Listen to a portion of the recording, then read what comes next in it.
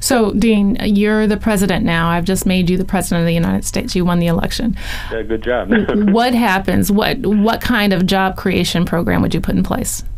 Well, we have a lot of infrastructure needs. This is something we should be addressing because, the basic story here is the private sector is not employing people. So usually, and I've had these discussions with conservative economists, I know their argument, you're pulling resources away from the private sector. And there's something to that when we're near full employment. If we go back to 2007, the unemployment rate's 4.5%. I go, hey, I want this huge infrastructure project.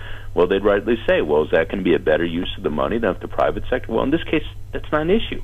So, addressing a lot of infrastructure needs, building our infrastructure for the next 40, 50, 60 years. We're still using the infrastructure today that was built in the New Deal.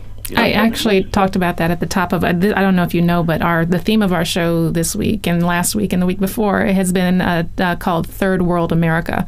And I have a friend who travels extensively around the Pacific Rim, and he says whenever he comes into LAX, he feels like he's flying into a third world country. The infrastructure is so bad.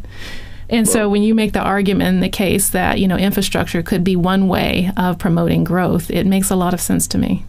Well, I think it makes sense. Also, people have talked about education. We're cutting back. We should be building up. It's not easy, to improve the education system in the sense that, we have a lot of people from disadvantaged backgrounds. But, to my mind, this is kind of a twofer that we know if your parents are unemployed, kids are likely to do real poorly in school. They're not in stable households. Families are moving. That's really bad. You're in second grade. You're in school for 2 months, then you move to a whole new neighborhood.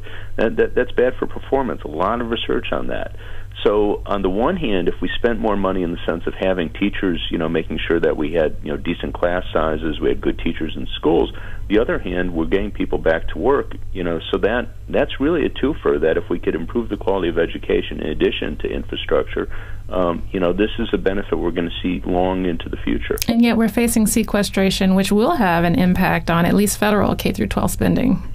That's right. There's a whole set of areas where we're going to be cut, and again, these areas have already been cut. So you're looking at state and local governments have been cutting really since 2010, and insofar as we see these sequestration cuts go through, we're going to feel that even more. Now, it's important to realize, 2013 is just the beginning. The story was we have a whole set of cuts that go into effect over the course of the next decade. So whatever we're seeing this year, that's just the beginning. At least, if we follow what's currently scheduled, there's going to be more coming next year and even more the year after that.